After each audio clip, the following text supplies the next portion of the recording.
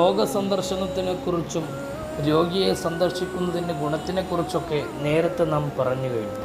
എന്നാൽ ചില പ്രത്യേക രോഗങ്ങൾക്ക് പ്രത്യേകമായിട്ടുള്ള പ്രാർത്ഥനകളുണ്ട്. സർവ്വരോഗത്തിനും ചില പ്രാർത്ഥനകളും ഉണ്ട്. ഇൻഷാ അല്ലാഹ് ചിലത് നമുക്കിവിടെ പരിചയപ്പെടാം. മഹദിയായ ആയിഷ റളിയല്ലാഹു അൻഹ ഉദ്ധരിക്കുന്നു, നബി സല്ലല്ലാഹു അലൈഹി വസല്ലം തങ്ങൾ രോഗികളെ സന്ദർശിക്കുമാറായിരുന്നു. രോഗികളെ സന്ദർശിക്കുമ്പോൾ നബി സല്ലല്ലാഹു അലൈഹി വസല്ലം തങ്ങൾ വലത് കൈകൊണ്ട് രോഗിയുടെ മുഖം തടവി ഇങ്ങനെ പ്രാർത്ഥിക്കാറുണ്ട്. ഏതാണ് ആ പ്രാർത്ഥന? ഇമാം ബുഖാരി സ്വഹീഹുൽ ബുഖാരി ഉദ്ധരിച്ച ഹദീസാണ്. അല്ലാഹുമ്മ റബ്ബൻ നാസി അദ്ഹിബിൽ ബഅസ ഇശ്ഫി അൻത ഷാഫി ലാ ശിഫാഅൻ ഇല്ലാ ശിഫാഉക് ശിഫാഅൻ താമൻ ലാ യുആദിറു സഖമ എന്നാണ് ബുഖാരിയിലുള്ള ഹദീസ്. ഈ പ്രാർത്ഥന നബി സല്ലല്ലാഹു അലൈഹി വസല്ലം തങ്ങൾ പ്രാർത്ഥിക്കാറുണ്ടായിരുന്നുവെന്ന് മഹദിയായ ആയിഷ റളിയല്ലാഹു അൻഹ പറയാൻ. എന്താണ് ഇതിൻ്റെ അർത്ഥം? അല്ലാഹുമ്മ, അല്ലാഹുവേ, റബ്ബന്നാസ്, ജനങ്ങളുടെ രക്ഷിതാവേ, ജനങ്ങളുടെ അല്ലാഹ്, അസ്ഹിബുൽ ബഅസ, പ്രയാസങ്ങൾ നീക്കണേ, ഇശ്ഫി അൻത ഷാഫി, നീ അവർക്ക് ഷിഫാ നൽകണേ, നീയാണ് ഷാഫി, നീയാണ് മാറ്റിക്കൊടുക്കുന്നവൻ, നീയാണ് ഷിഫാ നൽകുന്നവൻ. ലാ ഷിഫാ ഇല്ലാ ഷിഫാഉക്, നിൻ്റെ അടുത്തല്ലാതെ ഒരു ഷിഫാഉം ഇല്ല. ഷിഫാ അൻ താമൻ, പൂർണ്ണമായ ഒരു ഷിഫാ അവർക്ക് നൽകണേ അല്ലാഹ്.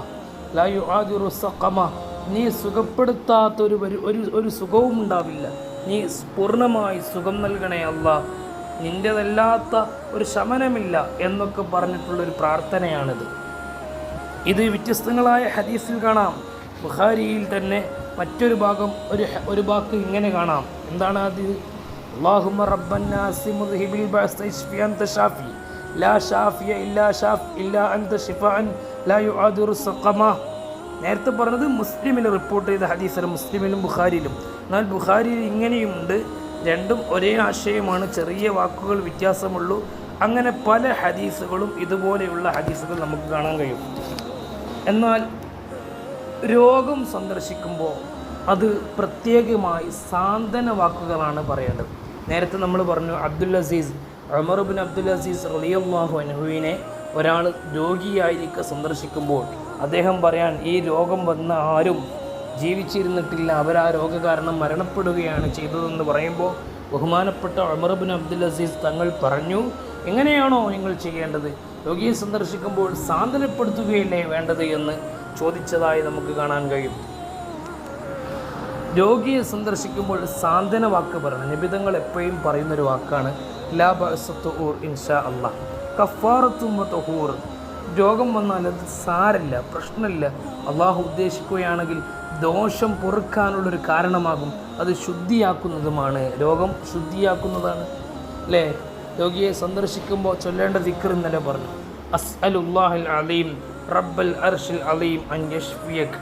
അത് രോഗസന്ദർശനത്തിൽ പ്രത്യേകമായിട്ട് ചൊല്ലേണ്ട പ്രാർത്ഥനയാണ്. എല്ലാ രോഗത്തിനും ചൊല്ലാം. മറ്റൊരു പ്രാർത്ഥന കൂടെ നമുക്ക് പരിചയപ്പെടാം. ഷഫല്ലാഹു സഖമക വആഫാക ഇലാ അൻ തഅതിയ മുദ്ദത്തുൽ അജലിക്. ഇതാണ് ഒരു പ്രാർത്ഥന. അല്ലാഹുവേ, നീ രോഗം ശിഫയാക്കി മരണം വരെ ആഫിയത്ത് കൊടുക്കണേ എന്നാണ്. അല്ലാഹുവിനോടാണല്ലോ പ്രാർത്ഥിക്കുന്നത്. ഇങ്ങനെയൊക്കെ നമുക്ക് ഹദീസുകളിൽ കാണാൻ കഴിയും. രോഗസന്ദർശനത്തിന് വളരെയേറെ പ്രതിഫലമുള്ള മതമാണ് ഇസ്ലാം. എന്നാൽ ചില രോഗങ്ങൾക്ക് മന്ത്രിക്കാൻ നബി സല്ലല്ലാഹു അലൈഹി വസല്ലം തങ്ങൾ നിർദ്ദേശിച്ചിട്ടുണ്ട്. നബി തങ്ങൾ നിർദ്ദേശിച്ച ഒരു മന്ത്രം നമുക്ക് പരിചയപ്പെടാം. എല്ലാ രോഗത്തിനും, എല്ലാ പ്രയാസത്തിനും, എല്ലാ വിഷമത്തിനും, എല്ലാ ടെൻഷനിലും ഈ മന്ത്രം പരിഹാരമാണ് എന്ന് കിതാബുകളിൽ ഇമാമികൾ രേഖപ്പെടുത്തിയിട്ടുണ്ട്. ഓരോന്നിനും അതിൻ്റെതായ മന്ത്രങ്ങളുണ്ട്, സ്പെഷ്യലായിട്ടുള്ള മന്ത്രങ്ങളുണ്ട്. ഇൻഷാ അല്ലാഹ് അതൊക്കെ നമ്മൾ വഴിക്ക് വഴി വരും. ബിസ്മില്ലാഹി അർഖീക് മിൻ കുല്ലി ഷൈഇൻ യുഅ്ദീക് വമിൻ ശദ്ദി നഫ്സിൻ ഔ ഐനിൻ ഹാസിദിൻ അല്ലാഹു യശ്ഫീക് ബിസ്മില്ലാഹി അർഖീക്. ഇതൊരു മന്ത്രമാണ്. ഈ മന്ത്രം ഏത് രോഗത്തിനും ഈ മന്ത്രം ഉപയോഗപ്പെടുത്തി നമുക്ക് മന്ത്രിക്കാവുന്നതാണ്. ഇമാം മുസ്ലിം സ്വഹീഹുൽ മുസ്ലിമിൽ ഇത് റിപ്പോർട്ട് ചെയ്തതായി കാണാൻ കഴിയും. മറ്റൊരു മന്ത്രം നമുക്ക് ഇങ്ങനെ വായിക്കാം. ബിസ്മില്ലാഹിർ റഹ്മാനിർ റഹീം ഉഊദു ബിക ബില്ലാഹി അൽ അഹദ് സ്വമദ് അല്ലദീ ലം യലിദ് വലം യൂലദ് വലം യകുൽ ലഹു കുഫുവൻ അഹദ് മിൻ ശദ്ദി മാ തജിദ്. തൊബറാനി അതുപോലെ ബൈഹഖി റിപ്പോർട്ട് ചെയ്ത ഹദീസിൽ കാണാം. എന്നാൽ മറ്റൊരു മന്ത്രം ബിസ്മില്ലാ ബിസ്മില്ലാ ബിസ്മില്ലാ അഊദു ബിഇസ്സത്തില്ലാ വഖുദ്റതിഹി മിൻ ശർരി മാ അജിദ് മിൻ വജ്ഇ. ഇതൊരു മന്ത്രമാണ്. ഈ മന്ത്രങ്ങളൊക്കെ ആവശ്യം അനുസരിച്ച് നമുക്ക് ഉപയോഗപ്പെടുത്താം.